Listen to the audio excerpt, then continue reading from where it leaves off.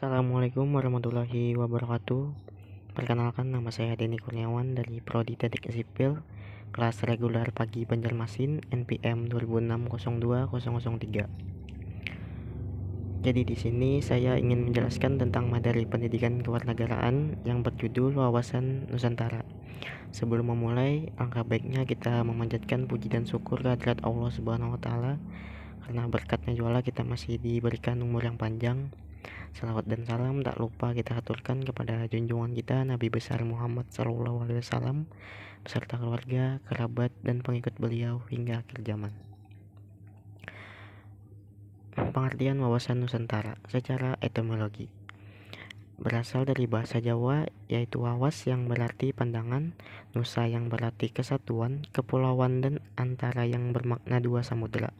Jadi, pengertian secara umum dari wawasan Nusantara adalah cara pandang atau cara melihat kesatuan kepulauan yang terletak di antara Asia dan Australia, juga dua samudera Hindia dan Pasifik, berdasarkan TAP MPR tahun 1993 dan 1998 tentang GBHN.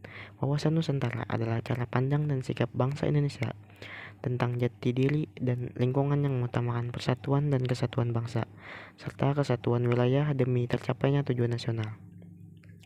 Pengertian wawasan Nusantara menurut dokumen ketetapan MPR tahun 1999, wawasan Nusantara adalah cara pandang dan sikap bangsa mengenai diri dan lingkungan yang serba beragam dan bernilai strategis dengan mengutamakan persatuan dan kesatuan bangsa, serta wilayah dalam menyelenggarakan kehidupan bermasyarakat, berbangsa, dan bernegara dengan tujuan mencapai tujuan nasional.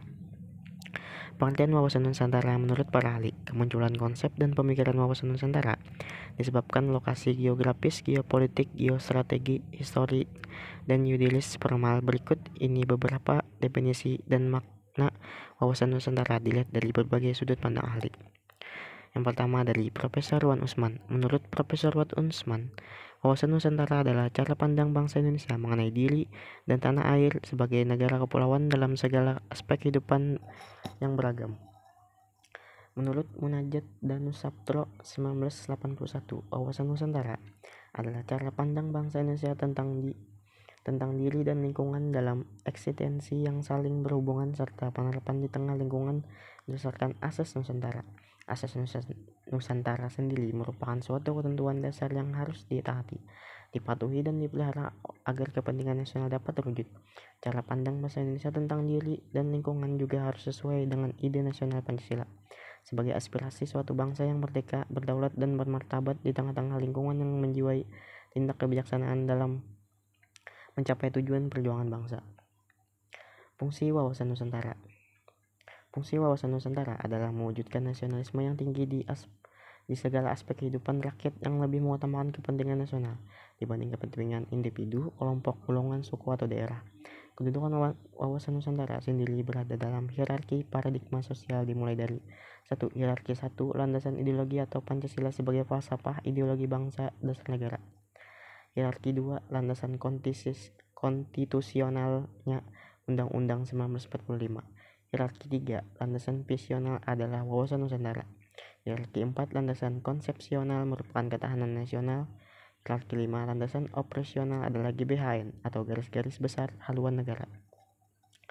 Jika mengacu pada pengertian wawasan Nusantara, sebenarnya fungsi utama dari wawasan Nusantara adalah sebagai panduan, pedoman, acuan bagi bangsa Indonesia dalam bernegara. Fungsi wawasan Nusantara sendiri terbagi dari 4 kategori, yaitu 1. Wawasan pertahanan dan keamanan nasional mengarah pada pandangan geopolitik negara Indonesia.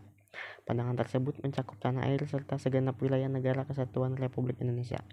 Wawasan kewilayahan Indonesia termasuk pemahaman mengenai batas wilayah Indonesia agar terhindar dari potensi sengketa negara lain.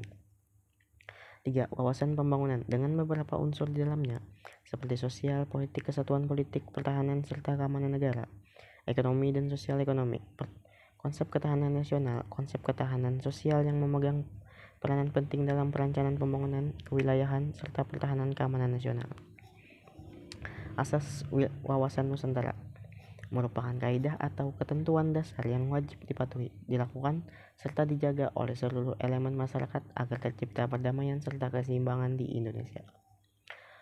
Asas solidaritas. Solidaritas adalah peranan emosional dan moral yang terbentuk pada hubungan antar individu, kelompok berdasarkan rasa saling percaya, kesamaan tujuan dan cita-cita, adanya kesetiakawanan dan rasa sepenanggungan.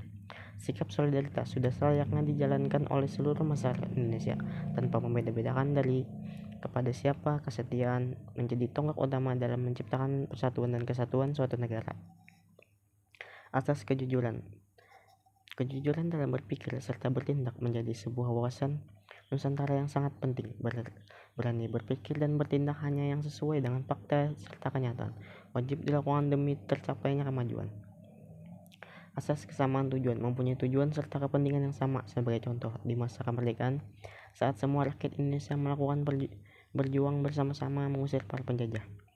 Asas keadilan. Sesuai elemen masyarakat mempunyai hak yang sama dalam mendapatkan keadilan dan mewujudkan tujuan serta cita-cita nasional.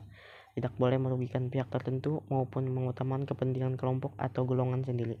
Hal ini berlaku dalam segala aspek kehidupan bernegara, baik keadilan secara hukum, ekonomi, politik, serta sosial.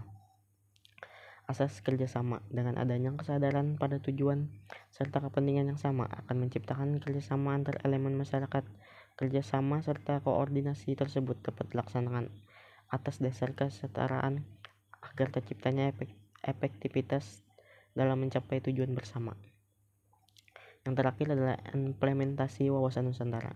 Penerapan nyata wawasan Nusantara dapat dilakukan melalui cara berpikir, bersikap, bahkan berucap. Contoh, penerapan wawasan Nusantara sendiri dimulai dari menjadikan Pancasila sebagai falsafah dan pedoman hidup bernegara serta bermasyarakat. Hal ini bisa atau dapat dilakukan dengan tindakan nyata sehari-hari yang mencerminkan nilai-nilai religius, kekeluargaan, serta menjaga persatuan sesuai dengan Pancasila. Sikap cinta tanah air yang diwujudkan dengan adanya sikap yang lebih menitik beratkan pada kepentingan bangsa serta negara di atas kepentingan pribadi, golongan, serta agama, mewujudkan pembangunan bangsa dan tindakan nyata serta prestasi. Mungkin ini saja yang bisa dapat saya sampaikan. Kurang lebihnya saya mohon maaf. Wabillahi taufiq wal hidayah. Assalamualaikum.